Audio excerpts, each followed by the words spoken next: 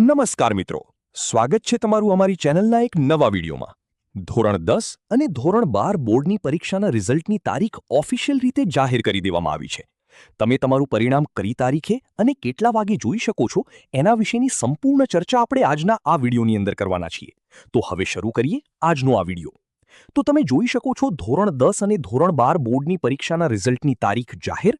સોમવારે સવારે 8 વાગે તમે આ પરિણામ છે તે બોર્ડની વેબસાઇટ GSEB.org પરથી જોઈ શકશો. તો જે આ ઓફિશિયલ સમાચાર આવે છે તમે જોઈ શકો છો, પરીક્ષા પૂર્ણ થયા પછી સોમવારથી પરિણામનો પટારો ખુલશે. સોમવારે ધોરણ 12 સાયન્સ અને કોમર્સનું પરિણામ અને બુધવારે ધોરણ 10નું પરિણામ જાહેર કરવામાં આવશે.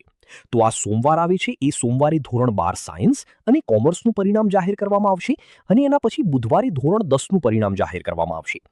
એન્જિનિયરિંગમાં પ્રવેશ માટેનું ગુજકેટનું પરિણામ પણ સોમવારે જાહેર કરવામાં આવશે. 75,000થી વધુ શિક્ષકોએ 46 દિવસમાં 15.28 લાખ વિદ્યાર્થીઓની ભાવિ કંડાર્યું, એટલે કે 75,000 કરતાં પણ વધારે શિક્ષકોએ આ પરિણામ તૈયાર કર્યું છે. તો ધોરણ 12 સાયન્સ, કોમર્સ અને ગુજકેટ આ ત્રણેય પરીક્ષાનું પરિણામ સોમવારે જાહેર કરવામાં આવશે અને ધોરણ 10નું પરિણામ છે એ બુધવારે જાહેર કરવામાં આવશે. અહીં 15.28 લાખ જેટલા વધારી 28 લાખ જેટલા વિદ્યાર્થીઓ છે આમાં પરીક્ષા આપી હતી અને એમના પછી જે આ મૂલ્યાંકનની કામગીરી છે એ કામગીરી કરવામાં આવી હતી. આગળ તમે અહીંયા જોઈ શકો છો ધોરણ 12નું પરિણામ 4થી કરવામાં આવશે અને ધોરણ 10નું પરિણામ 6મી મેના રોજ જાહેર કરવામાં આવશે. ગુજરાત શિક્ષણ બોર્ડની પરીક્ષાને લગતી તૈયારીઓ પૂર્ણ થતાં આગામી સપ્તાહની અંદર પરિણામ જાહેર કરવામાં આવશે.